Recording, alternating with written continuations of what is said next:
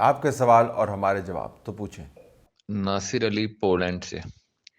سر میں آپ سے مختصر سا سوال کروں گا، اور وہ یہ ہے کہ ریاست کی بے بسی بمقابلہ عمران خان۔ سر شروع سے جب سے ہم نے ہوش سنبھالا یہی دیکھا ہے کہ طاقتور کو سلام ہے پاکستان میں۔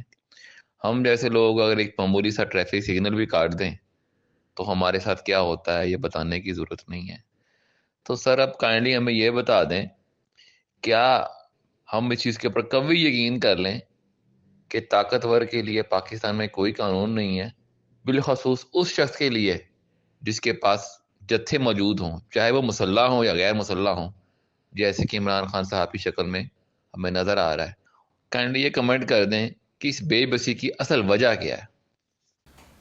اس بے بسی کی اصل وجہ یہ ہے کہ ریاست نے عمران خان کو پالا پوسا ہے اور اس میں بہت انویسٹ کیا ہے۔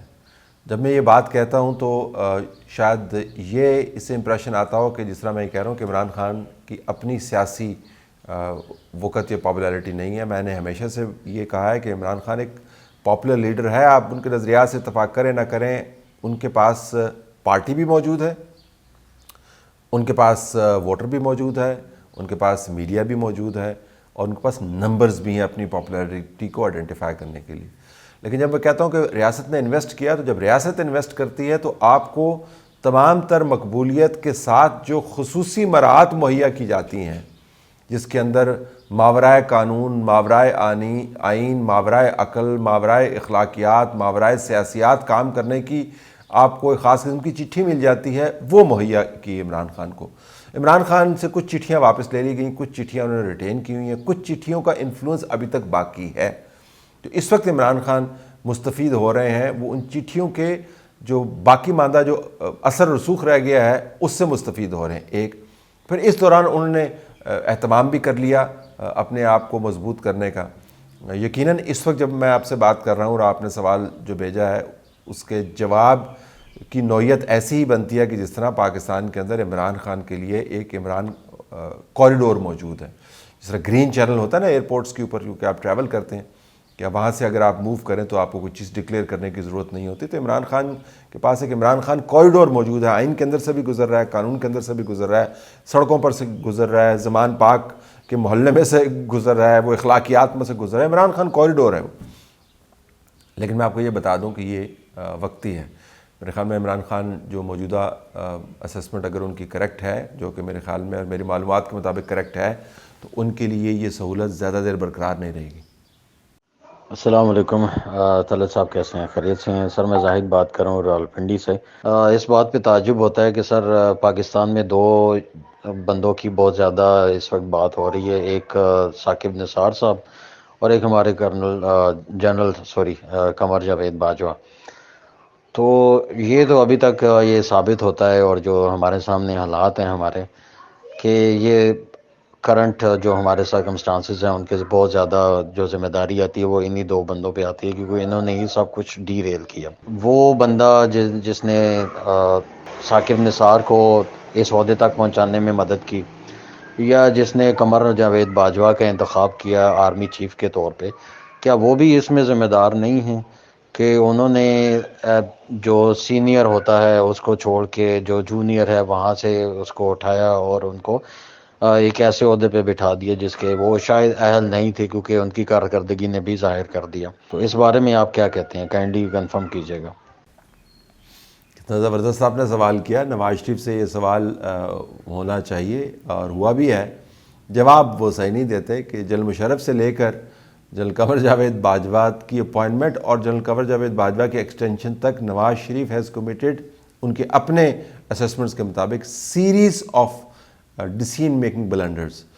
یہ ان کے زاویے سے میں بات کر رہا ہوں۔ ہو سکتا کہ لوگ کہیں جی کہ نہیں کیا تو نواز شریف نے تھا لیکن فیصلہ ٹھیک تھا، لیکن نواز شریف کے زاویے سے اگر آپ دیکھیں تو سیریز آف ایڈمنسٹریٹو بلنڈر، صرف یہی نہیں اور بھی بہت سارے لوگ انہوں نے اپوائنٹ کیے تھے جنہوں نے بعد میں آ کر ان کو لات رسید کی، اور جنرل قمر جاوید باجوہ نے تو لات رسید نہیں کی، انہوں نے تو باقاعدہ نواز شریف کو تہس نہس کرنے کا ایک ڈیزائن بنایا جس کو وہ خود سپیئر ہیڈ کر رہے تھے۔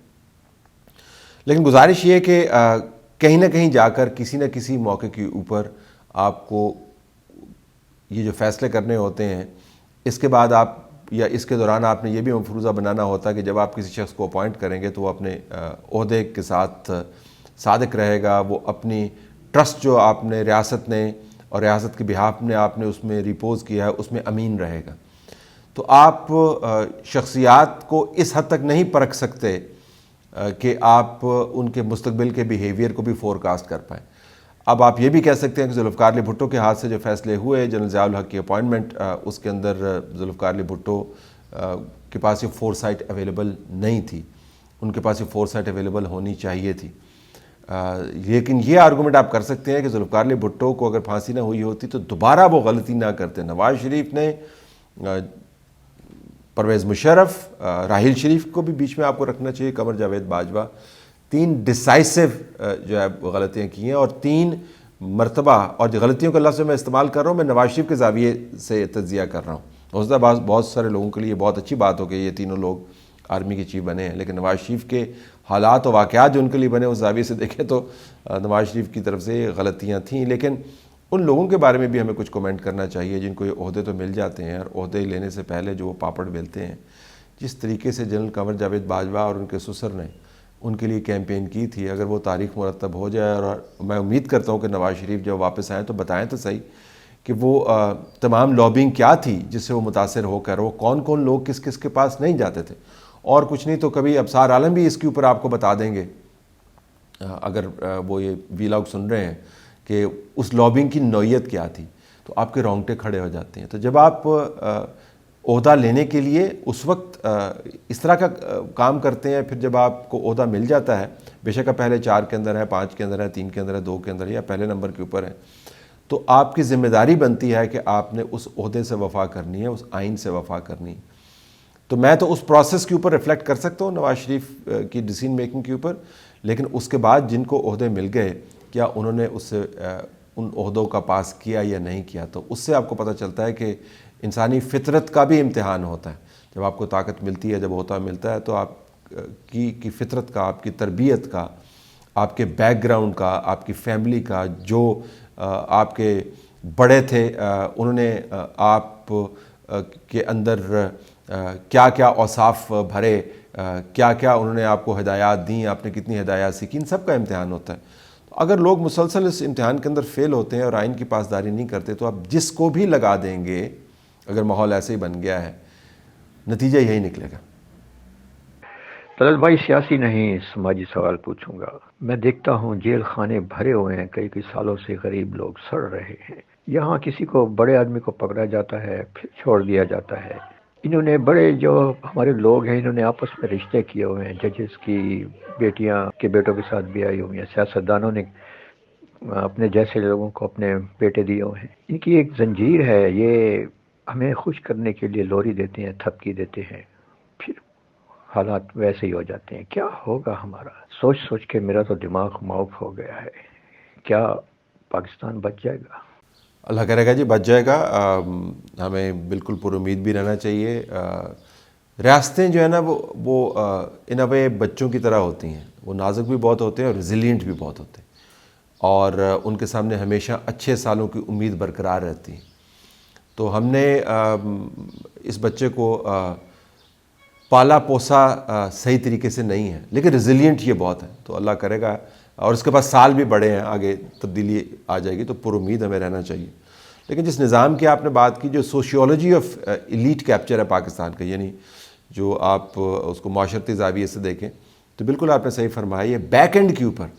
اسی وجہ سے میں نے ایک پروگرام میں ریاست کی جب تعریف کی تھی، تعریف سے مراد یہ نہیں کہ میں نے پریز کیا تھا، میں نے اس کو ڈیفائن کیا تھا، تو اس کے اندر میں نے یہ اس نیٹ ورک کا ذکر کیا تھا۔ لوگوں نے کہا جی نہیں، آپ نے چونکہ آپ نے فوج کے اوپر فوکس کم کر دیا، انٹیلیجنس پہ فوکس کم کر دیا، اس وجہ سے آپ نے بیچ میں بزنس مین بھی ڈال دیے، سیاستدان بھی ڈال دیے، جج بھی ڈال دیے، اب تو بعض جگہ آپ کے اوپر میڈیا ہاؤسز بھی ہمیں بیچ میں مینشن کرنے چاہیے، تو آپ نے وہ مینشن کر دیا اس وجہ سے کہ آپ فوج اور انٹیلیجنس کے اوپر سے فوکس ہٹانا چاہتے تھے۔ بالکل بھی نہیں، میرا بالکل یہ ماننا ہے، آبزرویشن ہے، مشاہدہ ہے کہ بیک اینڈ کے اوپر جو نیٹ ورک ہے، جو اس تمام نظام کو چلاتا ہے، جو شکلیں تبدیل ہونے کے باوجود تبدیل نہیں ہو رہا، جس کی وجہ سے جیلیں بھری ہوئی ہیں، جس کی وجہ سے ہاسپٹلز آباد ہیں، جس کی وجہ سے اسکول برباد ہیں، جس کی وجہ سے کچہریوں کے اندر لوگ کھجل ہو رہے ہیں، جس کی وجہ سے انفراسٹرکچر جو ہے وہ تباہی کی طرف مائل ہے، جس کی وجہ سے ہم پاپولیشن کے اوپر کوئی کام نہیں کر رہے، جس کی وجہ سے ہم ملین ایسی چیزیں ہیں جو تمام ممالک کرتے ہیں اور ہم نہیں کر پا رہے.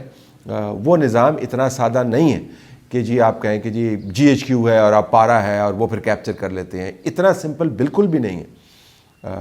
پاکستان کا کیا بنے گا میرے خیال میں، جس شاخ پہ تمام نظام دھرا ہوا ہے اس شاخ کے اوپر شاخ پر بیٹھنے والوں کو اتنا بوجھ نہیں ڈالنا چاہیے کہ وہ پہلے لچکے اور اس کے بعد اس کے ٹوٹنے کا احتمال ہو. تو توقع ہماری یہ ہے کہ یہ عقل کو ہاتھ ماریں گے اور پیپل سینٹرڈ پالیسیز کو اپنائیں گے، کیونکہ اس کے بغیر ان کا اپنا سروائیول ممکن نہیں.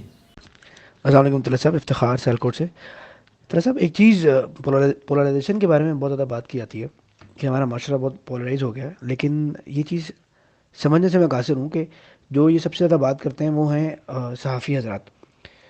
جو آپ کی کمیونٹی ہے اس میں اتنی زیادہ پولرائزیشن ہے کہ ہم جب کسی کا ٹویٹر ہینڈل کھولتے ہیں تو ایک ہی طرز کی ٹویٹس ہیں، کوئی خبر کوئی تجزیہ بیلنس نہیں نظر آتا کہ اچھا جی دونوں سائڈس، دونوں پولیٹیکل سائڈس جو ہیں ان کا تجزیہ پیش کیا جا رہا ہے. ایک ہی طرف ایک ہی رجحان ہوتا ہے ایک طرف، اور جب سائڈ چینج ہو جاتی ہے تو دوسری طرف رجحان چلا جاتا ہے.